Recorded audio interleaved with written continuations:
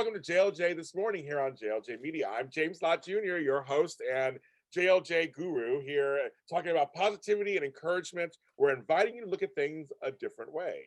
I brought back another guest who was on before. He's on many things with me. We talked about his first book.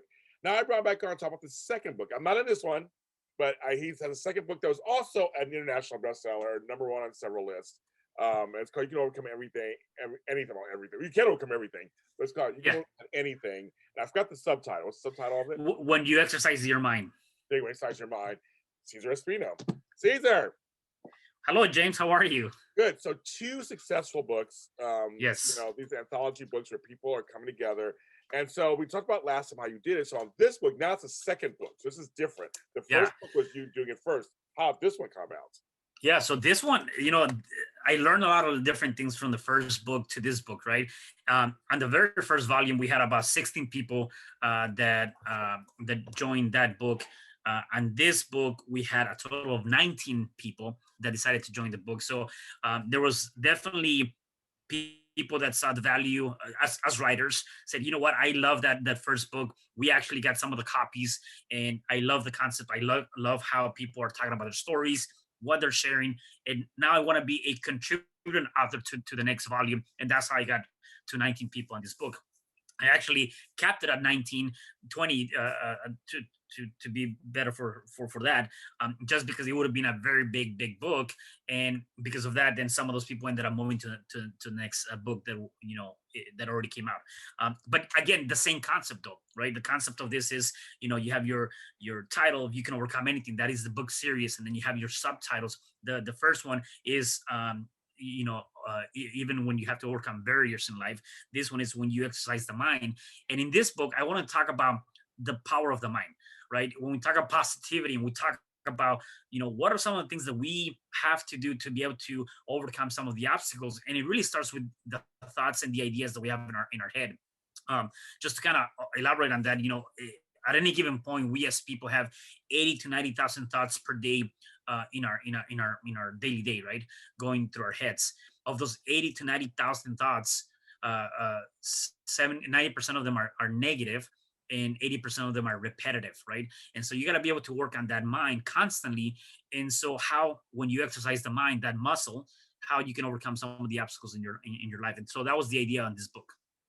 I know. And so I want to ask you, was it easier or harder to get people to do a second book? Because the first book's one thing, you got all that. Right. But now it's like, I gotta keep the momentum going. How's that for you?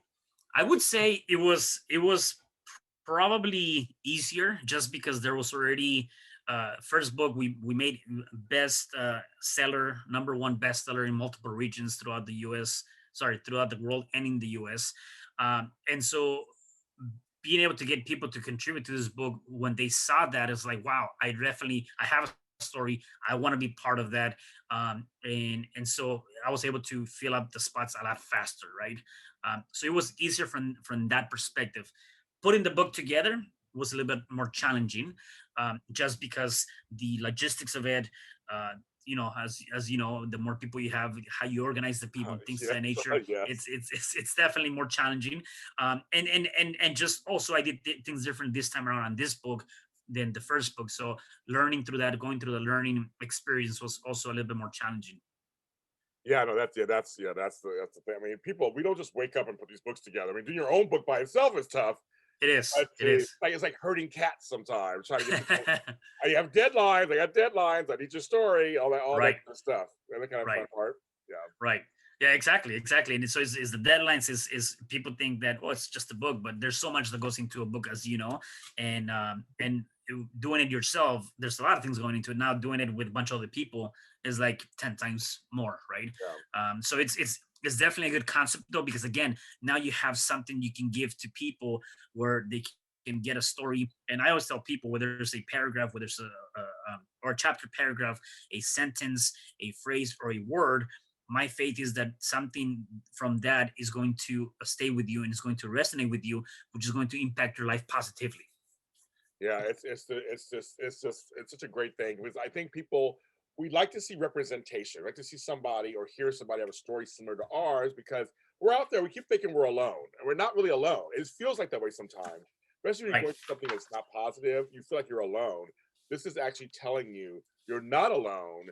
There are folks who are going through something, maybe not exactly, but similar, and maybe you can Right. relate to it. And I know for me, it's comfort. You know, read a story that someone overcame something that was very, you know, maybe it seemed overcomable. I know it's not a word, but like, you could overcome it. But then you see they overcame it, and it's real story. It's real story. It's not some kind of like fancy schmancy talk. It's like these are people from all walks of life who tell you how they overcame something.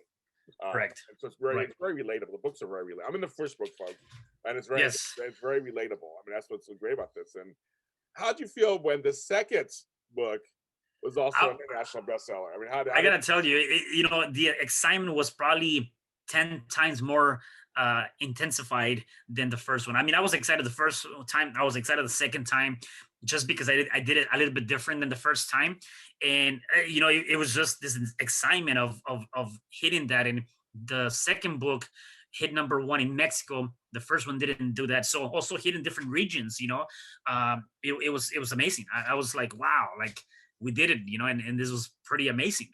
how's it feel for a book for you being of Mexican descent? How did it feel being number one in Mexico?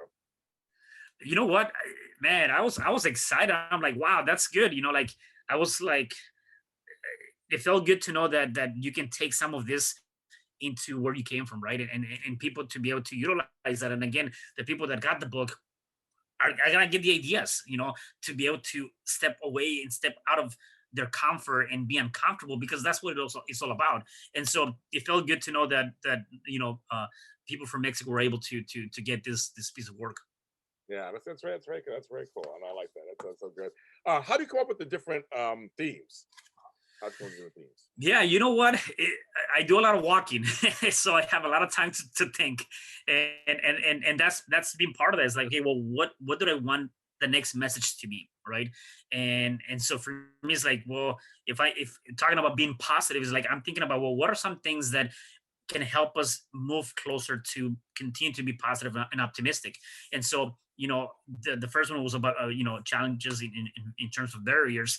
This one was like, well, the mind is so critical in that aspect, right? um the next volume coming up with that theme too, it was like, okay, well, what's something else that I can think of that can really create an impact on people. And so it's really just thinking about, as I'm exercising and doing those daily routines, like what's one thing, what is that one message that, if I can look at it from different aspects, people may be facing, and what is one tool they can use to start moving forward. And so for me, that's how I come up with the themes. Yeah, that's good. Now, yeah, you had a third one come out. Yes. We'll do a different show on that, of course. But can you explain that book? Yeah, so as volume three is, you can overcome anything when with a sorry, with a definite purpose. I'm losing track with all the books. Yeah, So I yeah, know. It's like so like okay, yes.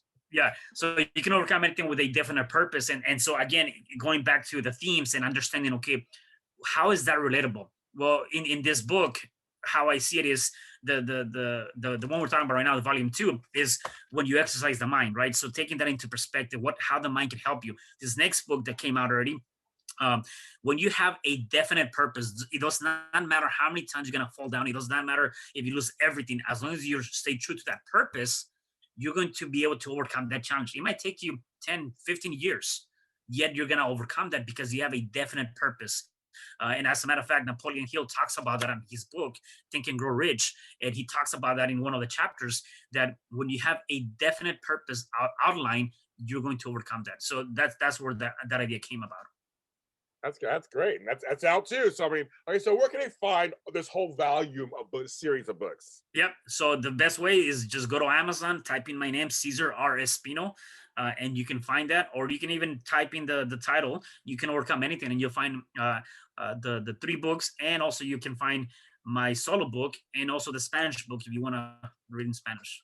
Yes. Oh my God, we're bilingual here. That's right. Yes. You know, thank you, Caesar. I mean, everybody, you know, this is all about sharing knowledge, lifting each other up.